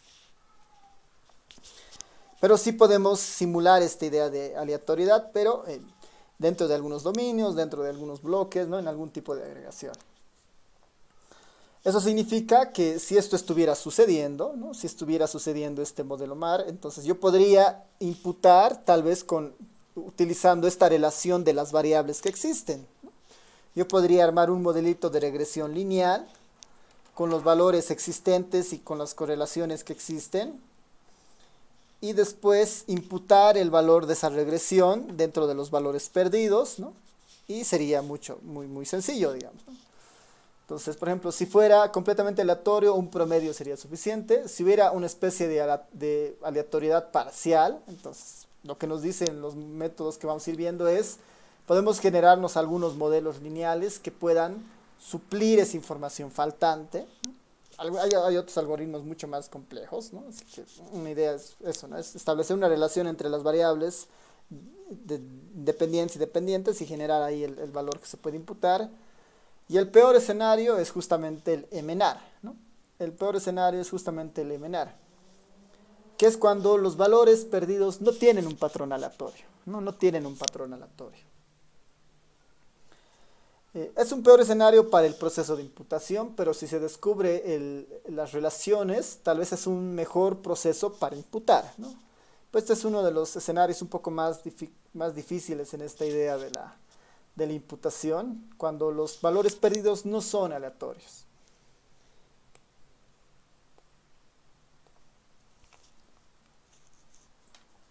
Tal vez acá lo que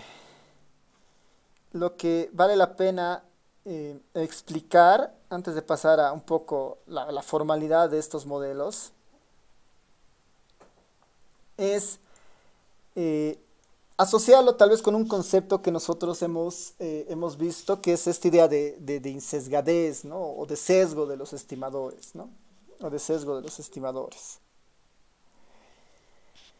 Ustedes recordarán que para nosotros el sesgo es la distancia entre el parámetro, ¿no? Entre el parámetro poblacional y el estimador finalmente que uno tiene, ¿no? Esa distancia es para nosotros lo que llamamos sesgo.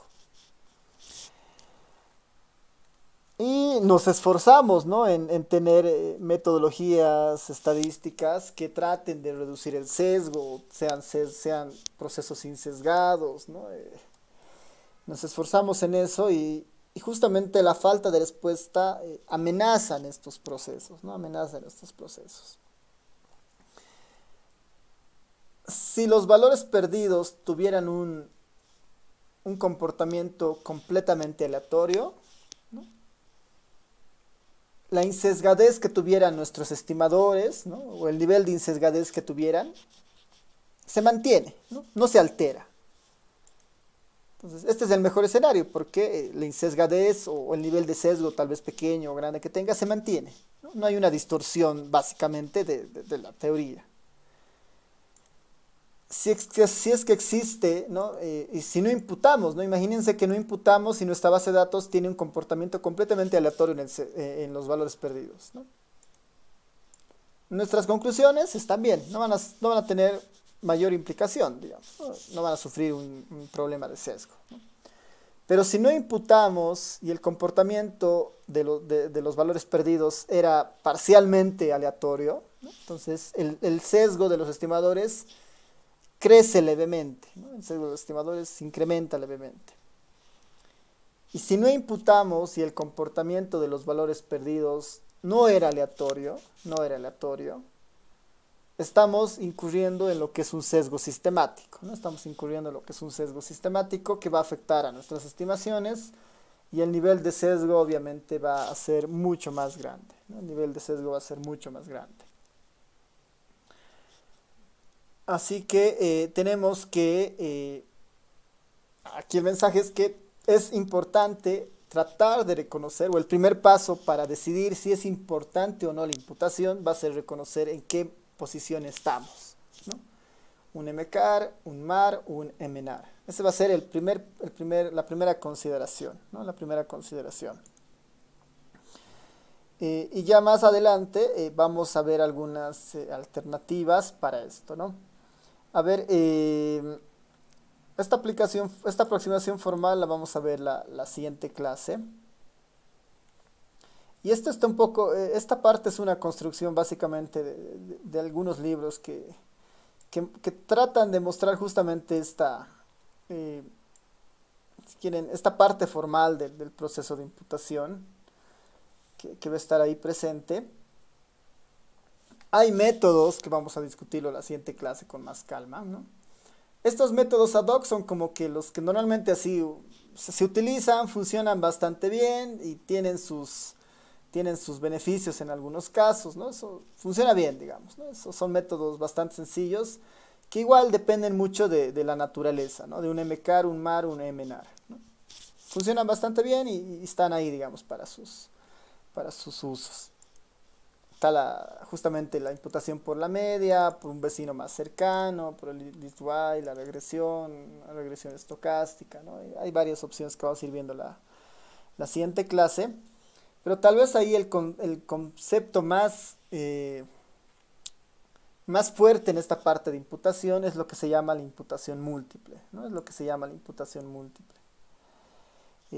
Estos son métodos ad hoc, digamos, ¿no? Métodos que pueden servir en su momento para hacer un proceso o salvar, digamos, algún dato ahí que uno puede estimar, pero de manera correcta, ¿no? Un poco pensando las metodologías disponibles, la imputación múltiple es el camino ideal, ¿no? Y la imputación múltiple trata un poco de explorar la generación de diferentes escenarios a partir del dato incompleto, la generación de diferentes escenarios, para después agregar todos esos escenarios en un valor imputado.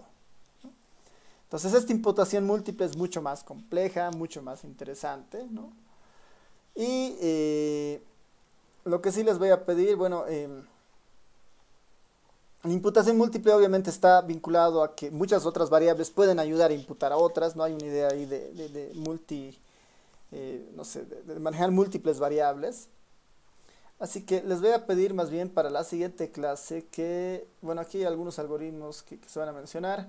Tal vez lo que sí podemos hacer para esta parte es que ustedes puedan, si pueden leer los apuntes para un poco adelantarnos esto, mucho mejor. Y para el ERE, para no perder mucho tiempo en esta parte y aprovechar más que todo los algoritmos, los códigos y las diferentes opciones que hay, instálense este paquete, ¿no? Es el paquete MAIS, ¿no? Que está relacionado a la imputación múltiple de datos, ¿no? Instálense este paquetito, perdón, acá tengo que poner entre comillas, porque todos los procesos de imputación que veamos en la siguiente clase van a salir de esta librería, ¿no? Van a salir de esta librería. Tal vez algunos casos, la delegación, los métodos más ad hoc, podamos programarlos, digamos, en el ERE para un poco mirar el funcionamiento. Pero este paquete, que es este MAIS, es el que tiene básicamente muchas herramientas para reconocer justamente en qué escenario estamos, en un MAR, en un MNAR, ¿no? En un MCAR. Este tiene mucha desinformación que es útil para eso, ¿no? Así que les voy a pedir que para la clase del día lunes se instalen esta librería, la habiliten, Nuevamente, si pueden revisar los apuntes mucho mejor para el lunes, y si no, también acá si pueden revisar un poco de la librería del paquete maíz para ver qué es lo que tiene. Van a ver que es muy completo y muy interesante. Les voy a pasar un enlace les voy a pasar un enlace al Telegram de un texto, o les voy a pasar un texto que habla exclusivamente del proceso de imputación de datos. Ya, es un tema muy grande, ¿no? Es un tema muy grande, pero existe bibliografía un poco actual respecto al tema, ¿no? Entonces les voy a pasar un documento que es bastante completo y que usa también Alere, ¿no? Y que ahí, por ejemplo, cuenta un montón o tiene un montón de ejemplos utilizando esta librería, por ejemplo, ¿no? Esa es un poco la bibliografía base que yo utilizo para justamente este apartado. Así que eso se los voy a pasar en un momento más al grupo de Telegram para que lo vayan revisando también, ¿no? Y así nos adelantamos un poco y ya nos metemos más al lado del código. Ya, así que no sé si tienen consultas, dudas, preguntas antes de concluir.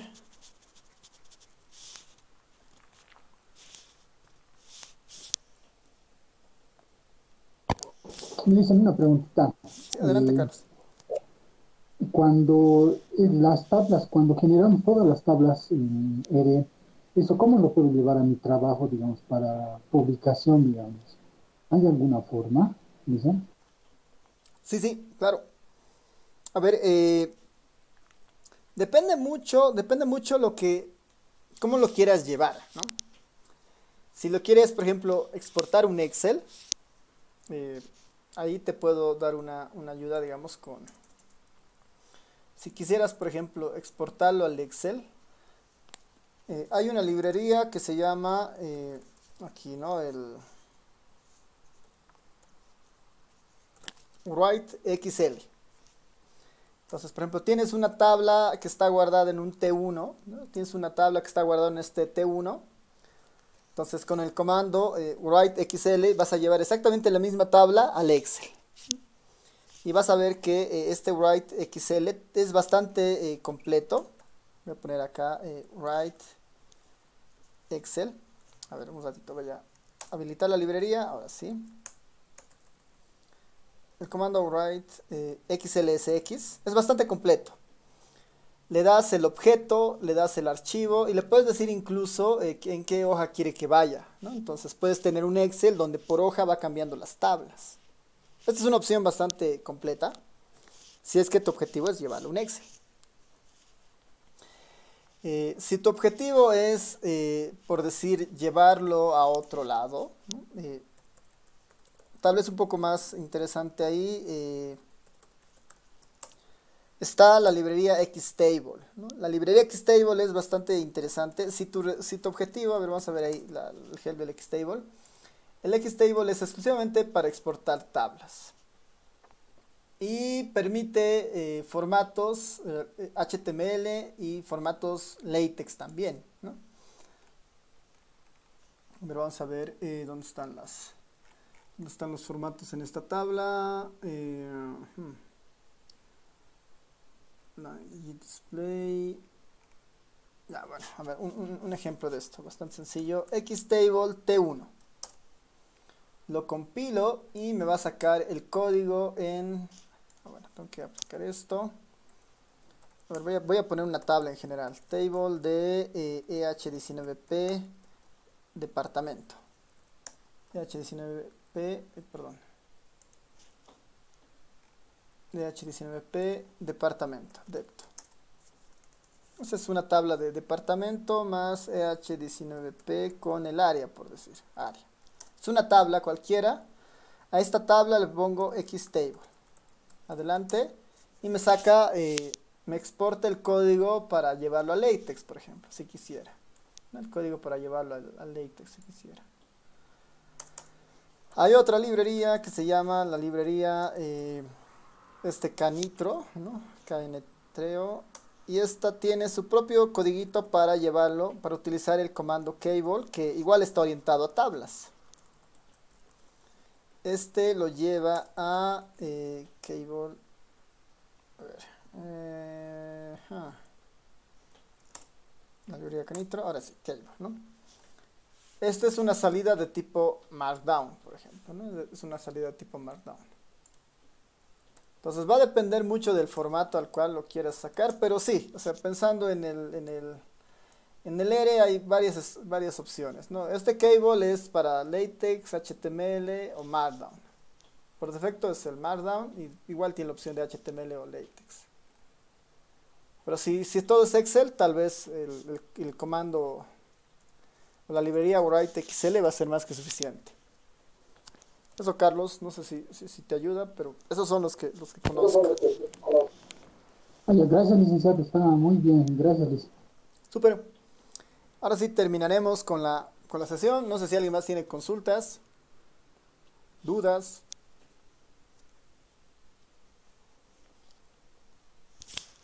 Ya, súper. Entonces, Lisa, sí, adelante. perdón, pero, respecto al GitHub, no sé si podía ayudarme a cómo subir un archivo, porque tengo problemas en eso sin instalar GitHub Desktop, algo por ahí, Ah, ya. porque en mi computadora es de 32 bytes y no puedo instalar. Ya, no hay problema. A ver, voy a abrir un navegador para mostrarles un poco eso. Voy a acá abrir la cuenta de GitHub. Se ve, ¿no? Ya, súper. Sí. eh, Voy a entrar ahí. Voy a cargar la cuenta. Tengo aquí una cuenta ya abierta.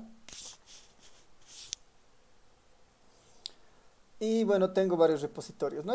Normalmente van a tener una vista así cuando utilicen el GitHub. Bueno, esto no, porque es un anuncio de algo que está vencido. Y por decir, ¿no? Acá tengo el repositorio de la materia, ¿no? Este es 384. Entran a su repositorio, ¿no? Finalmente el repositorio no es nada más que una carpeta que contiene otras carpetas que está en la nube con el fin de tener archivos que tengan código, digamos, ¿no? Incluso permite videos, PDFs, ¿no? Es bastante amplio esto eh, del, eh, del GitHub, ¿no? Entonces, esta es la ventana principal, ¿no? Esta es la ventana principal. Acá donde dice añadir archivo, ¿no? Add file, pueden decirle que quieren crear un nuevo archivo, que no es la mejor opción, o si no, es cargar un nuevo archivo. Entonces siempre cuando entren a su repositorio, en este caso el repositorio de la materia, van a tener esta opción del add file, ¿no? Para añadir archivos. Entonces seguramente si tienen el archivo en su computadora, pueden decirle, bueno, quiero cargar archivos, upload files. Aquí les va a decir, bueno, pueden arrastrar y aquí poner el archivo, o si no es elegir el archivo desde su computadora, digamos. En este caso, por decir, yo voy a abrir una carpetita. Aquí tengo una carpeta donde tengo algunas cosas. A ver, voy a irme aquí al escritorio. Aquí al escritorio debo tener algo que pueda pegar ahí. Ya tengo este archivito del Bookdown. Es un archivito cualquiera, ¿no? Es un archivito cualquiera. Lo voy a arrastrar y lo voy a poner acá. Lo ha reconocido y ya está en el repositorio, ¿no? Ya lo ha subido. Bueno, no lo ha subido todavía. Está ahí listo para ser cargado, digamos. Lo he subido así simplemente arrastrando. Otra opción sería acá en Choose Your Files, ¿no? O elegir el archivo. Selecciono y aquí puedo buscar el archivo que quiero subir, ¿no? Puedo buscar el archivo que quiero subir. Ahí tengo, a ver, puede ser este Excel de acá, ¿no? Que alguien lo hemos visto, creo que para la parte del reshape. Voy a seleccionar este Excel, abrir y ya se acaba de cargar, ¿no? Todavía no está en el GitHub, ¿no? Para que esté en el GitHub yo tengo que completar acá el commit, ¿no? Yo tengo que hacer el commit. Acá hago un comentario de lo que estoy subiendo, puedo poner, ¿no? Tarea 2, por decir, ¿no? Tarea 2 y le hago el commit. Aquí es bien importante que esto esté en el master, ¿no? Dice commit directamente al master. Esto porque el GitHub tiene esta idea de versión, o sea, de control de versiones, y si es que estamos alterando algo, si lo cambio aquí a New Branch, le estoy diciendo que hay una nueva versión que a partir de esto quiero que cree otro brazo, digamos, para tener una idea de control de versiones. Que no es el objetivo todavía nuestro, ¿no?, con el GitHub, sino es que el commit sea directamente al master, ¿no? El commit directamente al master. Pongo ahí algunas cosas. Tarea 2 mejor si está aquí arriba, es mejor, digamos. Esto es más que opcional. Este es el principal commit. Este es un comentario en realidad tal vez hacia los cambios, ¿no? Y le digo, bueno, finalmente hace el commit con lo que he hecho y ya se está subiendo. Ahí recién se está subiendo la información.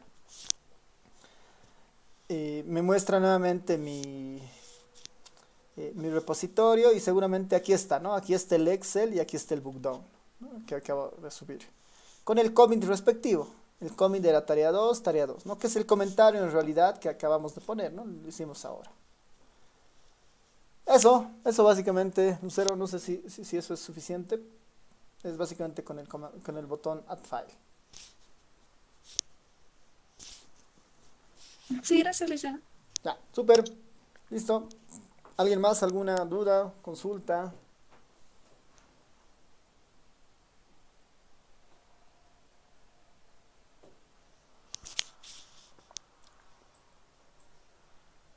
Nada, nadie. Ya, igual recuerden que el canal de Telegram siempre, o el grupo de Telegram siempre está ahí disponible. Pueden hacer sus consultas por ahí también. Y yo en la medida de lo posible les voy a tratar de responder cuanto antes. Ya, entonces nos vemos el día lunes. Chao a todos. Todas. Chao. Chao.